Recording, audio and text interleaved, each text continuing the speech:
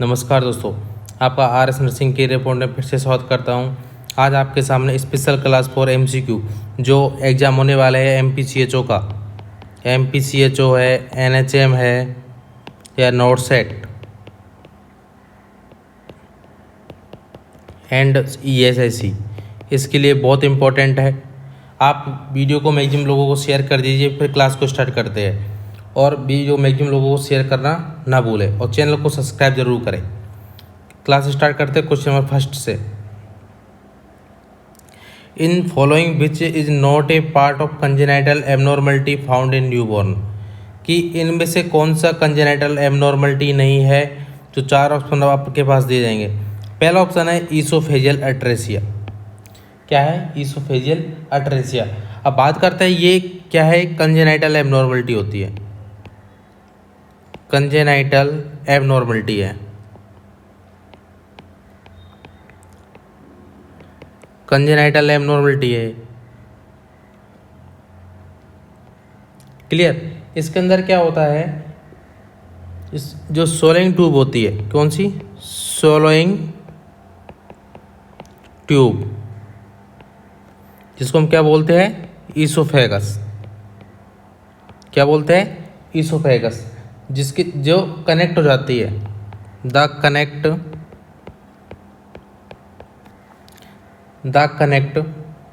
The mouth and stomach, the mouth and stomach से connect हो जाती है। जो सोलोइंग ट्यूब होती है कौन सी? ईसोफेगस। और जो माउथ एंड स्टोमक के बीच में जो कनेक्शन बन जाता है, तो जो सोलोइंग ट्यूब होता है उसके बीच में, उसको बोलते हैं हम ईसोफेजियल अट्रेसिया। इस ईसोफेगस की लंबाई कितनी होती है? वो तो 25 सेंटीमीटर लेंथ होती है। ये इंपॉर्टेंट बात है, क्लियर। तो ये भी रॉन्ग, ये भी ऑप्शन रॉन्ग है। क्वेश्चन पूछा कंजेनाइटल एबनॉर्मलिटी नहीं है, तो ये कंजेनाइटल एबनॉर्मलिटी है, clear. Then next, tracheoesophageal fistula. Tracheoesophageal fistula. अब इसके बारे में बात करते हैं, तो ये भी क्या है? कंजेनाइटल एबनॉर्मलिटी होती है, कंजेनाइटल अबनॉर्मलिटी होती है, ट्रेकियोईसोफेजियल फिस्टूला। इसके अंदर क्या होता है? जो अबनॉर्मल कनेक्शन हो जाता है, क्या हो जाता है? अबनॉर्मल कनेक्शन हो जाता है। अब अबनॉर्मल कनेक्शन किस किस के बीच में होता है? Oesophagus,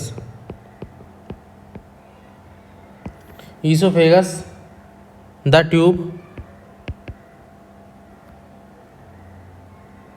that lead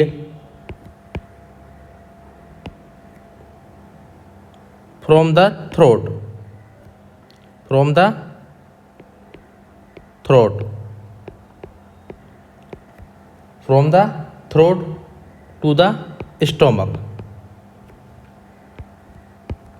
the stomach, clear. अगर सिंपल सी बात करते हैं हम, जो कि अबनॉर्मल कनेक्शन हो जाता है oesophagus, the tube leads throat to stomach, clear. या फिर बात कर सकते हैं जो ईसोफेगस होता है, ईसोफेगस एंड ट्रेकिया, इन दोनों के बीच में क्या हो जाता है? अबनॉर्मल कनेक्शन हो जाता है। क्या हो जाता है? अबनॉर्मल कनेक्शन हो जाता है। ये इंपॉर्टेंट बात है, तो उसको बोलते हैं हम ट्रेकियोईसोफेजियल फिस्टूला। तो ये भी क्या है? कंजेनाइटल एबनॉर्मलिटी, तो ये भी रॉन्ग आंसर हो गया। नेक्स्ट, फिर बात करते हैं हम हिर्शस्प्रुंग डिजीज, और डी ऑप्शन बात करते हैं क्लेप्टोमेनिया, क्लियर। इसको क्लियर कर देते हैं। अब हिर्शस्प्रुंग डिजीज की बात करते हैं, तो ये भी क्या है? कंजेनाइटल एबनॉर्मलिटी होती है, कंजेनाइटल एबनॉर्मलिटी होती है। अब इसके अंदर क्या होता है? जो लार्ज इंटेस्टाइन है, कौन सी? लार्ज इंटेस्टाइन है। इसके अंदर कौन सा पार्ट? सिग्मोइड कोलोन, जो लास्ट पार्ट होता है वो, तो उसको बोलते हैं सिग्मोइड कोलोन या कोलोन। उसके अंदर क्या होती है? प्रॉब्लम हो जाती है, उसके अंदर प्रॉब्लम हो जाएगी, और जिससे क्या हो जाएगा? स्टूल पास नहीं होगा, do not stool pass, stool pass करने में क्या होगी, डिफ़िकल्टी होगी या प्रॉब्लम होगी, उसको बोलते हैं हिर्ट्ज़स्प्रुंग डिजीज बोलते हैं। क्लियर। अब बात करते हैं, ये भी कंजेनाइटल एबनॉर्मलिटी है। डी ऑप्शन की बात करते हैं, क्लेप्टोमेनिया। क्लेप्टोमेनिया क्या होता है, मेंटल डिसऑर्डर होता है। क्या होता है, मेंटल डिसऑर्डर। क्लियर। तो अब हमने बात की तो ये भी कंजेनाइटल एबनॉर्मलिटी है, ये भी कंजेनाइटल एबनॉर्मलिटी है, हिर्ट्ज़स्प्रुंग डिजीज भी कंजेनाइटल एबनॉर्मलिटी है। तो ये तीन ऑप्शन क्या हो गए, रॉन्ग हो गए। तो करेक्ट आंसर क्या हो गया, D is the correct answer. Clear. तो करेक्ट आंसर क्या होगा हमारा, D is the correct answer. ऐसे हम क्वेश्चन को क्लियर करते चलेंगे ताकि आपको कोई भी डाउट नहीं रहे। और वीडियो के अंदर कोई डाउट लगता है तो आप कमेंट बॉक्स के अंदर लिख दीजिए। आगे चलते हैं। नेक्स्ट क्वेश्चन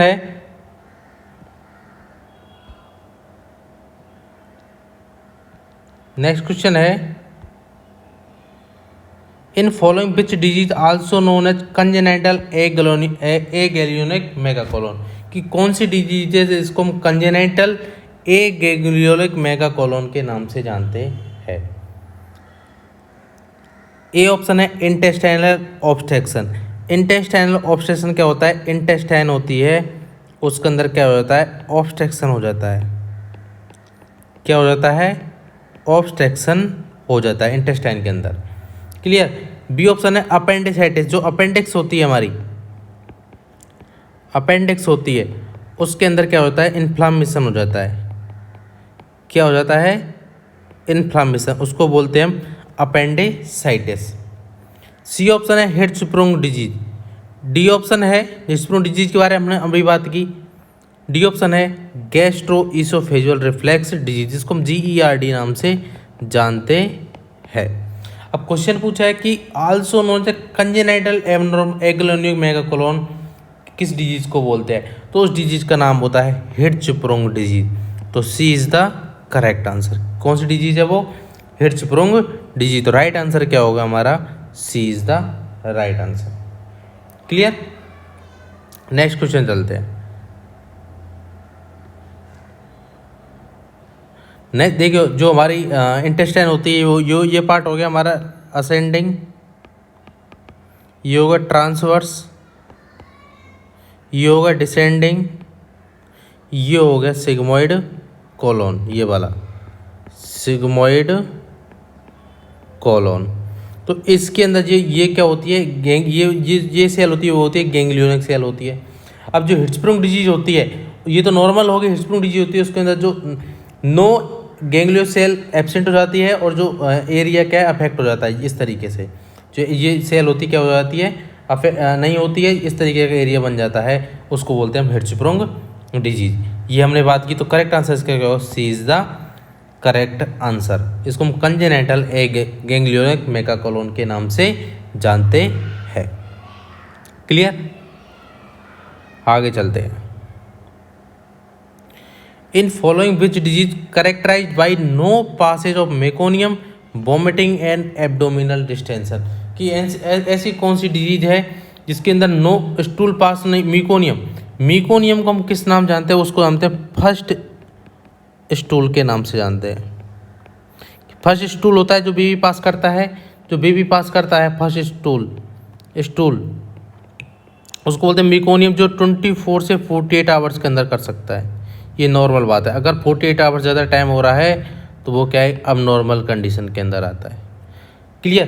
क्वेश्चन के अंदर पूछा है कि कौन सी डिजीज है जो नो स्टूल पास नहीं कर, मीकोनियम पास नहीं होता है, वॉमिटिंग होती है, एब्डोमिनल डिस्टेंशन होता है। ए ऑप्शन है वो है ट्रैकियोइसोफेजियल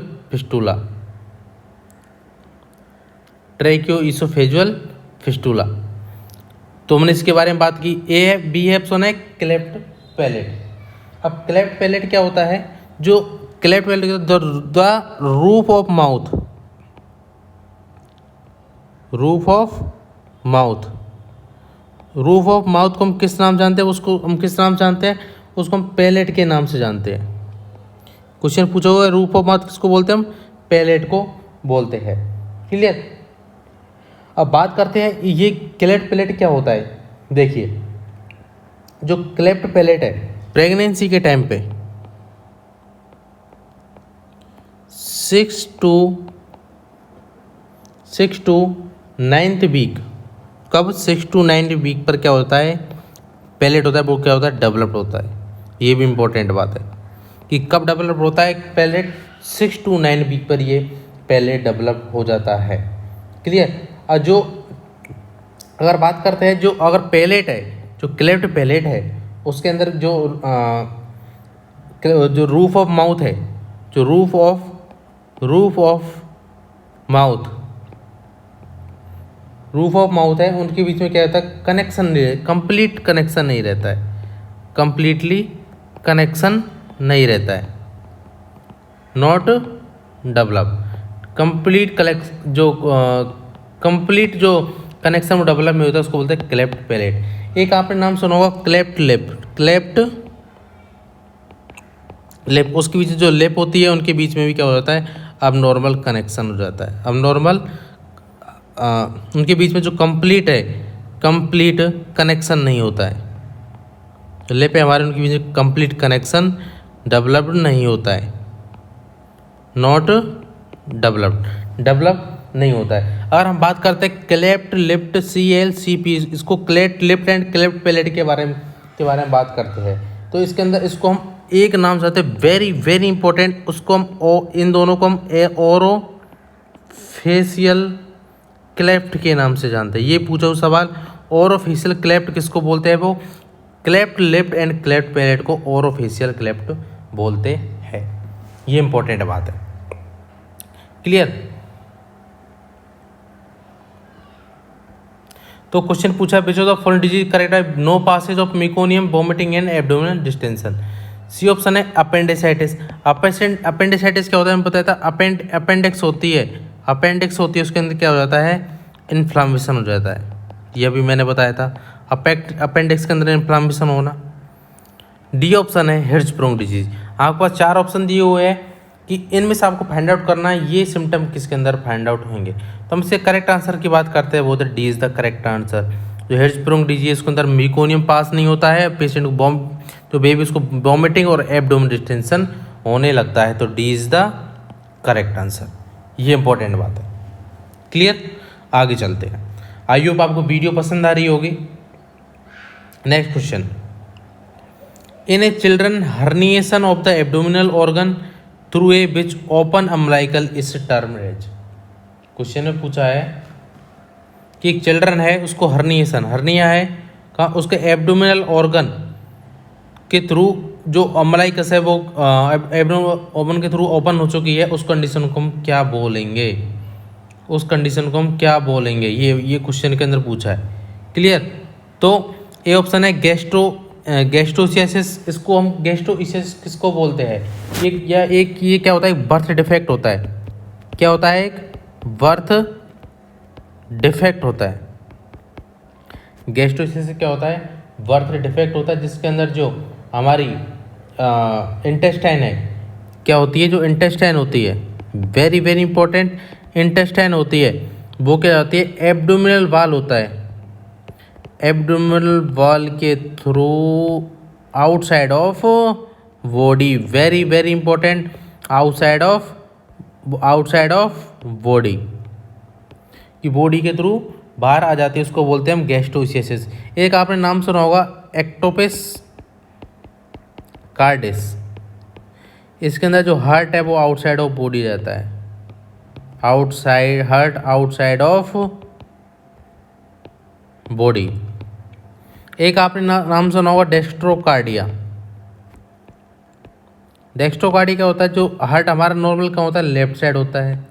क्लियर। तो जो डेक्स्ट्रोकार्डिया इसके अंदर क्या होता है, हार्ट कहाँ होता है, राइट साइड शिफ्ट हो जाता है, उसको बोलते हैं हम डेक्स्ट्रोकार्डिया। तो जो गैस्ट्रोइसिस क्या होता है कि जो इंटेस्टाइन है उसके अंदर जो एब्डोमिनल वॉल के through intestine outside of body रहता है, उसको बोलते हैं गैस्ट्रोइसिस। एक्जुमोफेलस, इसको हम ओम्फेलोसील के नाम से जानते हैं। अभी देखेंगे क्या होता है ओम्फेलोसील। सी ऑप्शन हिर्शस्प्रुंग डिजीज के बारे में हमने बात की। डी ऑप्शन है हाइटल हर्निया। हाइटल हर्निया क्या होता है, जब अपर पार्ट ऑफ स्टोमक, जो upper part of stomach, upper part of stomach bulge through the large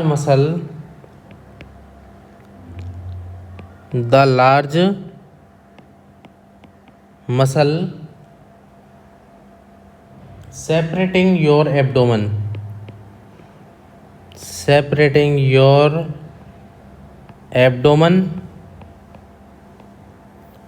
abdomen and chest, या चेस्ट बोल सकते हैं, डायफ्राम। जो हाइटल हर्निया क्या होता है, जो स्टोमक का अपर पार्ट होता है, बल्ज जो होता है बाहर निकल जाता है, जिसकी लार्ज इंटेस्टाइन है वो क्या होती है, सेपरेट हो जाती है और एब्डोमिनल वाल के थ्रू या चेस्ट के थ्रू बाहर आ जाती है, उसको बोलते हैं hiatal hernia. Clear? D option है हाइटल हर्निया। तो कुछ करेक्ट आंसर क्या होगा, B is the correct answer. इसको बोलते हैं एक्जिमोफिलस बोलते हैं। तो चिल्ड्रन का हर्निएशन ऑफ एब्डोमिनल बाल होती है वो अम्लाइकस वो एब्डोमिनल बाल के थ्रू क्या हो जाती है, आउटसाइड आ जाती है, उसको बोलते हैं हम एक्जिमोफिलस। क्लियर? करेक्ट आंसर क्या होगा, B is the correct answer. अब देखिए कैसी होती है इसको, देखो मैंने बताया था एक्जिमोफिलस को हम किस नाम जानते हैं, ओम्फेलोसील के नाम से भी जानते हैं। ये इंपॉर्टेंट बात है। अब देखिए किस तरीके होती है ये, इस तरीके की जो इमेज फाइंड आउट होता है वो होता है एम्फेलोसील। एग्जाम में इमेज बेस सवाल बन सकता है, इसलिए आपके सामने इमेज बेस भी डाल रहे हैं। तो एक्जिमोफिलस होता है, या इसको हम ओम्फेलोसील के नाम से जानते हैं। Clear? Next question, very important question, which blood vessels carries oxygenated blood from placenta to foetus, कि जो कौन सी ब्लड वेसल है जो ऑक्सीजनेटेड ब्लड को प्लेसेंटा से फीटस की ओर ले जाती है। ए ऑप्शन है अम्लाइकल आर्टरी है, बी ऑप्शन है अम्लाइकल वेन है, सी ऑप्शन है पल्मोनरी आर्टरी है, डी ऑप्शन है पल्मोनरी वेन है। हमको 4 ऑप्शन दिए, 4 ऑप्शन के अंदर फाइंड आउट करना है कि कौन सी ब्लड वेसल्स होती है। तो करेक्ट आंसर की बात करते हैं तो B is the correct answer. जो अम्लाइकल वेन होती है वो क्या काम करती है, जो ऑक्सीजनेटेड ब्लड होता है, उसको प्लेसेंटा होता है, प्लेसेंटा से का फीटस की तरफ ले जाती है। प्लेसेंटा से कहाँ जाती है, फीटस की तरफ ले जाती है, उसको बोलते हैं हम अम्लाइकल वेन। तो B is the correct answer. Clear? Next question, communicability of measles decline, कि जो कम्युनिकेबल पीरियड मीजल्स का कब स्टार्ट होता है। A option after onset of fever, तो जो अगर पेशेंट को फीवर आना स्टार्ट हुआ उस टाइम कम्युनिकेबल पीरियड डिक्लाइन होगा। बी ऑप्शन है at the time of eruption के टाइम पर ये मीजल्स कम्युनिकेबल पीरियड डिक्लाइन होगा। C option after appearance of rash, कि रेस अपीयरेंस होने के बाद डिक्लाइन होगा। देखिए जो चिकन पॉक्स जो मीजल्स होता है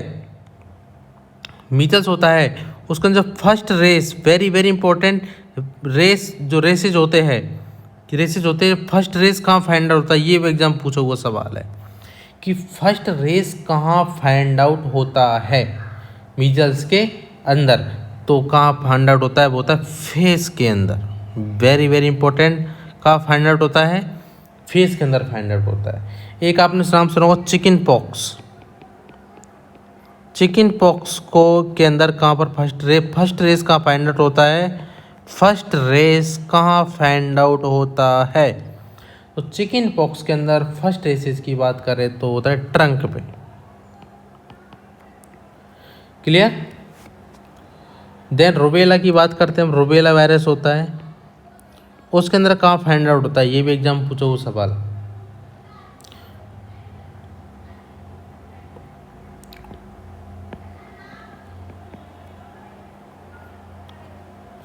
रुबेला के अंदर, सॉरी मीजल्स, यहाँ पर बिल्कुल गलत। मीजल्स के अंदर जो रेस फाइंड आउट होता है वो होता है behind the year find out होता है। लेकिन जो रुबेला के अंदर कहाँ फाइंड आउट होता है, फर्स्ट रेस फेस के अंदर। इसको याद करने की ट्रिक है वो है MERF सीटी, मेरी राइफल सीटी 100 के नाम से याद कर सकते हैं कि जो मीजल्स है उसके अंदर बिहाइंड द ईयर, रूबेला के अंदर फेस पर और चिकन पॉक्स के अंदर ट्रंक पे फर्स्ट रेसेज फाइंड आउट होते हैं। ये इंपॉर्टेंट बात है। क्लियर। अब क्वेश्चन के अंदर पूछा है after appearance of races. Clear. D option है ड्यूरिंग प्रोड्रोमल पीरियड। तो करेक्ट आंसर क्या होगा? तो करेक्ट आंसर की बात करते हैं, सी इज द करेक्ट आंसर। जो रेस अपीयर होंगे उसके आफ्टर रेस अपीयरेंस होने के बाद जो कम्युनिकल पीरियड है वो क्या होगा? डिक्लाइन होगा। क्या होगा? डिक्लाइन होगा। ये इंपॉर्टेंट बात है। तो करेक्ट आंसर क्या होगा हमारा? C is the correct answer. I hope दोस्तों आपको वीडियो पसंद आ रही होगी।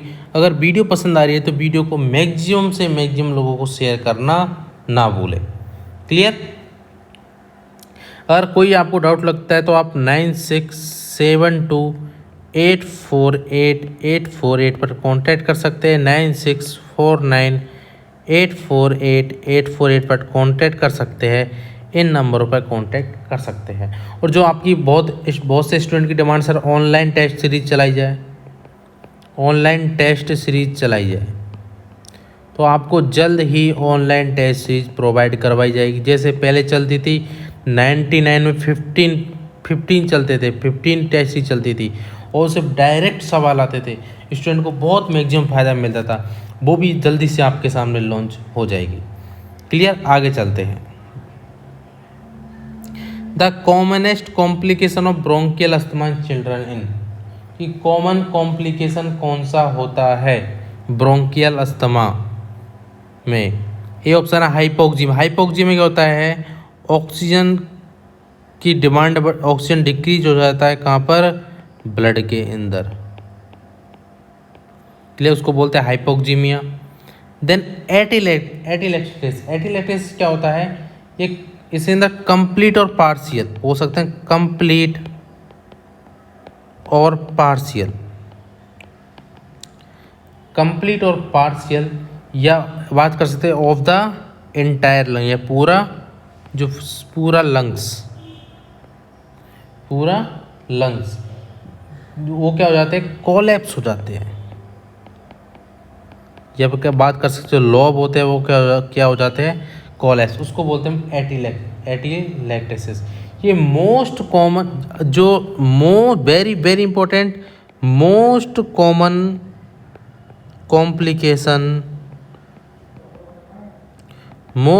Complication of respiratory surgery, sorry after respiratory surgery. तो रेस्पिरेटरी सर्जरी के बाद में सबसे मोस्ट कॉमन कॉम्प्लिकेशन होता है वो होता है एटिलेक्टेसिस। क्लियर। सी ऑप्शन है एम्फाइसीमा। एम्फाइसीमा क्या हो जाता है? इसके अंदर जो पेशेंट होता है उसको सांस लेने में प्रॉब्लम होने लगती है, शॉर्टनेस ऑफ ब्रीथ। पेशेंट होता है उसको क्या हो जाती है? सांस लेने में प्रॉब्लम होने लगती है। क्लियर। इसके अंदर क्या होता है? जो एयर सैक होते हैं लंग्स के, वो क्या हो जाते हैं? डैमेज हो जाते हैं। या जो एयर सैक की जो बाल होती है वो क्या होती है? रप्चर हो सकती है, रप्चर हो जाती है। ये इंपॉर्टेंट बात है, उसको बोलते हैं एम्फाइसीमा। टी ऑप्शन है congestive heart failure. Congestive heart failure क्या होता है? जो हार्ट है उसकी पंपिंग पावर क्या हो जाती है? अफेक्ट हो जाती है, उसको बोलते हैं कंजेस्टिव हार्ट फेलियर। तो क्वेश्चन के अंदर कॉमन कॉम्प्लिकेशन कौन सा है ब्रोंकियल अस्थमा? तो करेक्ट आंसर क्या हो गया? सी इज द करेक्ट आंसर। मैंने बताया था कि अगर ब्रोंकियल अस्थमा पेशेंट को, तो हम एक जो मॉर्फिन ड्रग होती है, मॉर्फिन ड्रग,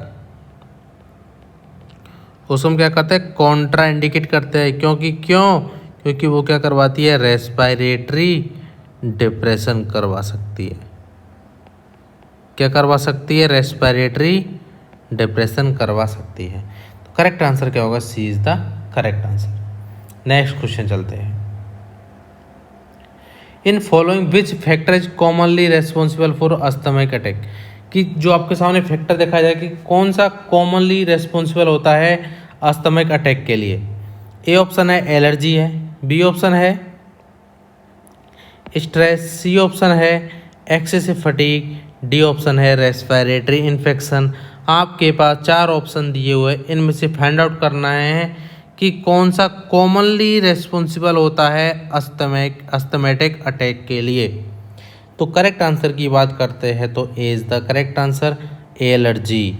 तो अस्थमा के अंदर देखा हमने, अस्थमा होता है, उसके अंदर क्या होता है, इसके अंदर बात करते हैं इम्यूनोग्लोबिन ई, वो क्या हो जाता है, बढ़ जाता है। ये भी पूछा हुआ सवाल है। क्लियर। देन आगे चलते हैं।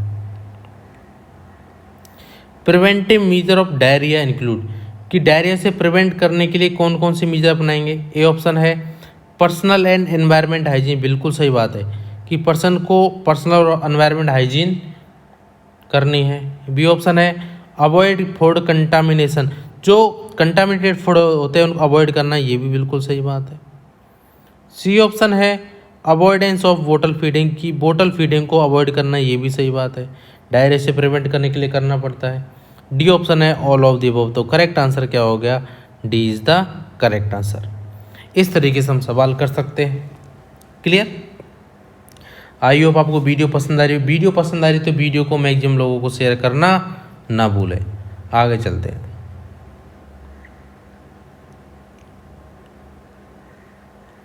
In following which is the most common acyanotic congenital heart disease कौन सी है। कि ए ऑप्शन है BHD है, कि इसको वेंट्रुलर सेप्टल डिफेक्ट है। बी ऑप्शन है ASD है। सी ऑप्शन है PDA पेटेंट डक्टस आर्टरोसिस है। डी ऑप्शन है ट्राइकस्पिड अट्रेसिया है। अगर बात करते हैं कि कौन सी एसाइनोटिक हार्ट डिजीज, कौन सी कॉमन एसाइनोटिक हार्ट डिजीज होती है, देखिए अब बात करते हैं हम साइनोटिक एंड एसाइनोटिक के बारे में। एसाइनोटिक और एक साइड लिखते हैं साइनोटिक। साइनोटिक डिजीज होती है, वो होती है, एक तो होती है टेट्रोलॉजी ऑफ फैलोट, एक होती है transposition of great artery, transposition of great artery, एक होती है ट्राइकस्पिड अट्रेसिया। इधर एसाइनोटिक की बात करते हैं तो होती है BHD, then ASD atrial septal defect, then PDA patent ductus arteriosus. ये तीनों है वो कौन सी एसाइनोटिक है। क्लियर। तो क्वेश्चन एसाइनोटिक पूछा है तो ट्राइकस्पिड अट्रेसिया बिल्कुल रॉन्ग बात हो गई। ये क्वेश्चन तो हम हटा सकते हैं। ये कहता है contraction of iota, contraction of iota.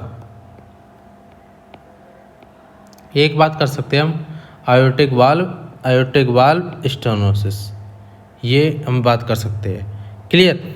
तो क्वेश्चन के अंदर पूछा कॉमन प्रॉब्लम एसाइनोटिक डिजीज कौन सी है, तो करेक्ट आंसर की बात करते हैं तो A is the correct answer.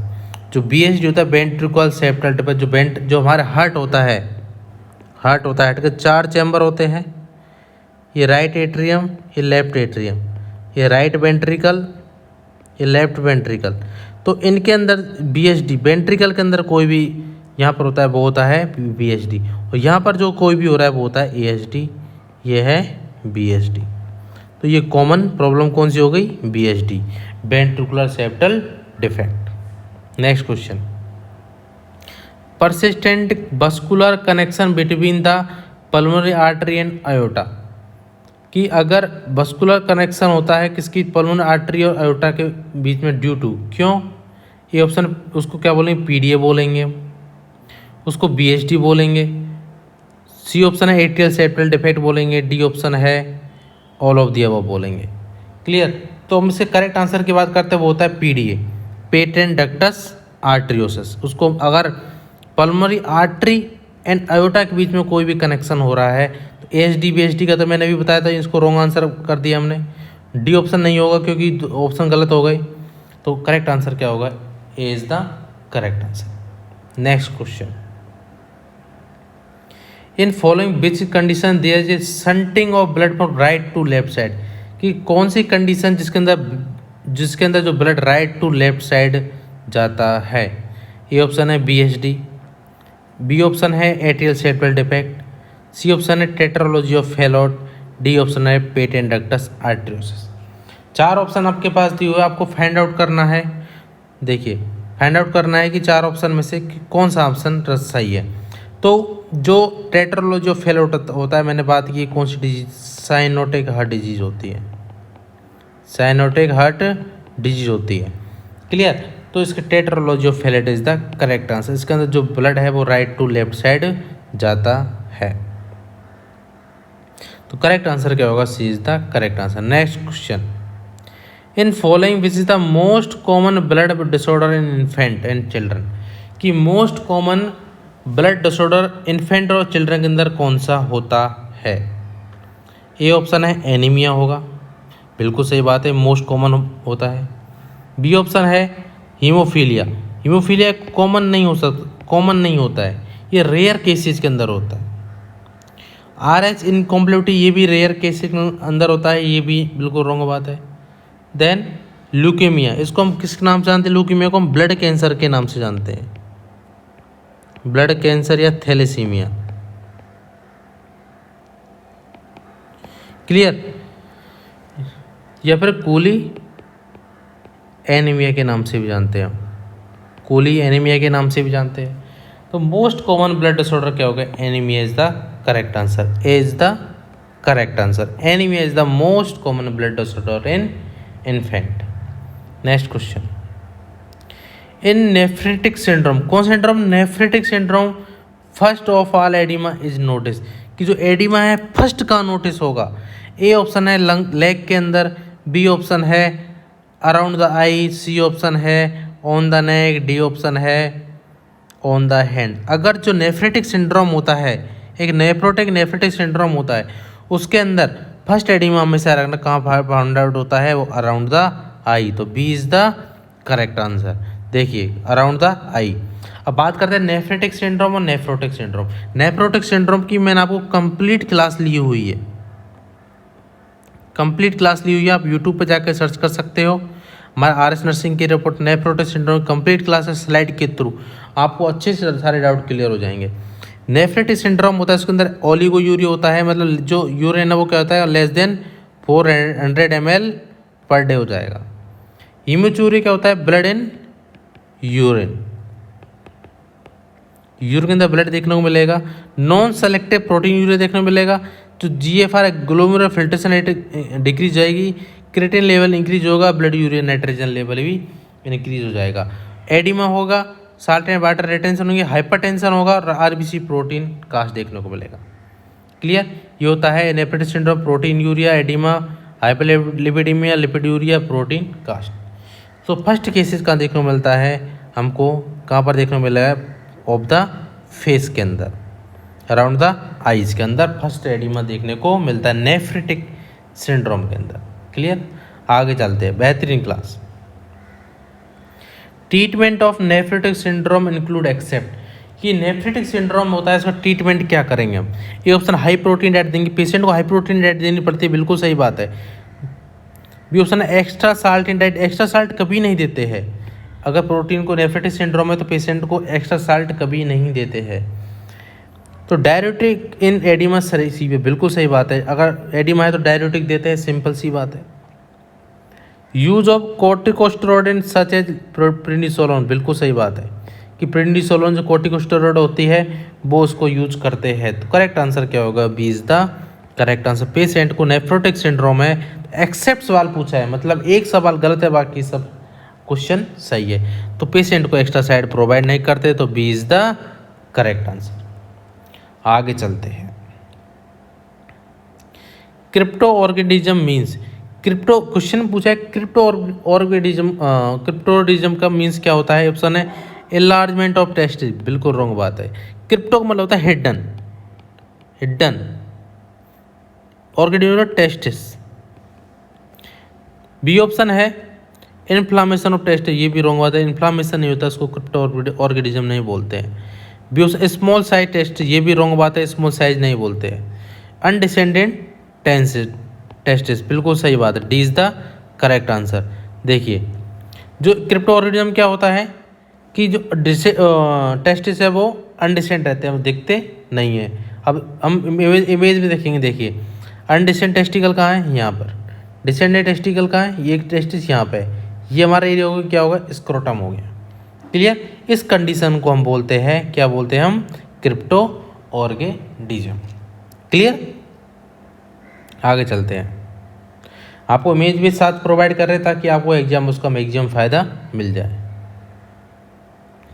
In following which is the commonest type of mental retardation, कि कॉमन टाइप का मेंटल रिटार्डेशन कौन सा होता है, वो ए ऑप्शन है माइल्ड, बी ऑप्शन है मॉडरेट, सी ऑप्शन है severe mental retardation, D option है प्रोफाउंड मेंटल रिटार्डेशन। तो करेक्ट आंसर बात करते हैं, जो कॉमन टाइप होता है वो होता है माइल्ड मेंटल रिटार्डेशन, MMR के नाम से जानते हैं। क्लियर। अब इसकी बात करते हैं हम। देखिए ये इसको थोड़ा रहने दीजिए, ये अपने काम का नहीं है, एग्जाम में मोस्टली सवाल नहीं पूछता है। Category mental retardation, IQ range, medication, median IQ ये, और मेंटल एज। F70 है तो माइल्ड बोलेंगे, 50 to 70 रेंज है, 60 इसकी मीडियन रेंज है, 9 to 11 ईयर के अंदर होता है। F71 moderate, 35 to 49, 40 to 6 to 8। Severe IQ 20 to 24, median 27 और एज 3 to 5 ईयर। प्रोफाउंड 0 से 20, 10 और 0 to। तो इसमें जो कॉमन होता है वो कौन सा होता है, माइल्ड। ये होता है कॉमन होता है, कॉमन मेंटल रिटार्डेशन होता है। ये क्वेश्चन के अंदर पूछा है, आप स्क्रीनशॉट ले सकते हैं। ये भी अभी 1 मिनट इसको हम मिटा देते हैं, आप स्क्रीनशॉट ले सकते हैं। ये इधर का नहीं लेना है, इसको कट कर दीजिए। क्लियर। तो करेक्ट आंसर क्या होगा हमारा, is the correct answer. Next question, if IQ level less than 20 the type of mental retardation. अभी मैंने बताया था अगर टाइप 20 तक है, बताया था 20 है तो क्या बोलेंगे, अब आपको आंसर पता लग गया होगा, उसको क्या बोलेंगे हम, उस कंडीशन को प्रोफाउंड मेंटल रिटार्डेशन। देखिए 20 है तो प्रोफाउंड, 20 से 34 है सीवियर, 35 to 49 है मॉडरेट, देन 50 to 70 है माइल्ड। क्लियर। अब क्वेश्चन के अंदर क्या पूछा है, लेस देन 20 है तो उसको हम बोलेंगे profound mental retardation. Next question, the scoring method which use to evaluation progress of patient disturbed consciousness, कि कॉन्शियसनेस को देखने के लिए हम कौन सा स्कोर यूज करते हैं, कौन सा मेथड स्कोरिंग यूज करते हैं। ये ऑप्शन है ग्लासगो कोमा स्केल, बिल्कुल सही बात है, इसको हम बोलते हैं GCS। सर 3 चीज़ देखते हैं, EBM नाम सुना होगा, आई, बर्बल एंड मोटर, 3 चीज़ देखते हैं। देन अपगार स्कोर हम यूज नहीं करते हैं। असेसमेंट ऑफ कर्निंग साइन, ये मेनिंजाइटिस के अंदर देखने को मिलता है। क्लियर। अपगार स्कोर बच्चे में करते हैं,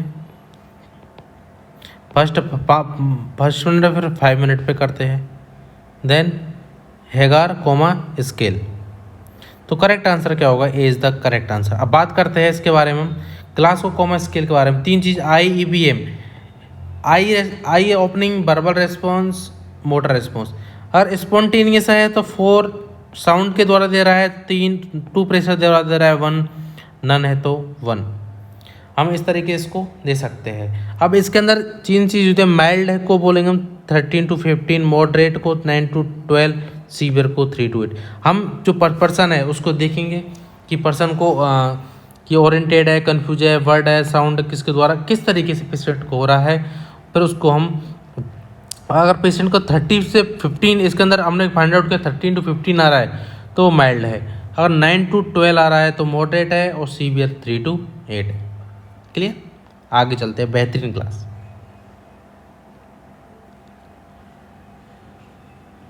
इन infant which type most significant sign of increase intracranial pressure.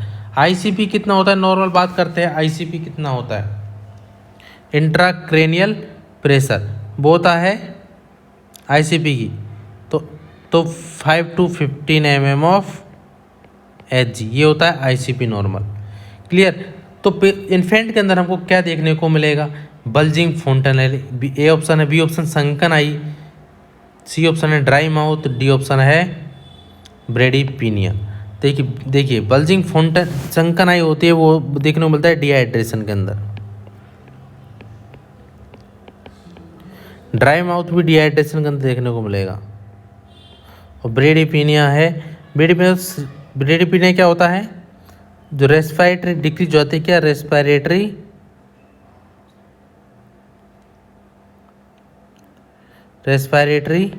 Rate क्या हो जाती है, डिक्रीज हो जाती है।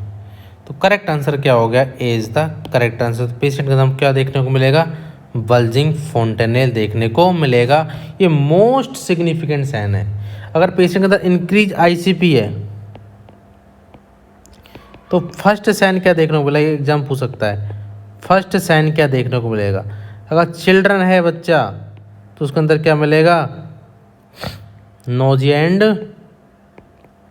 वॉमिटिंग देखने को मिलेगा।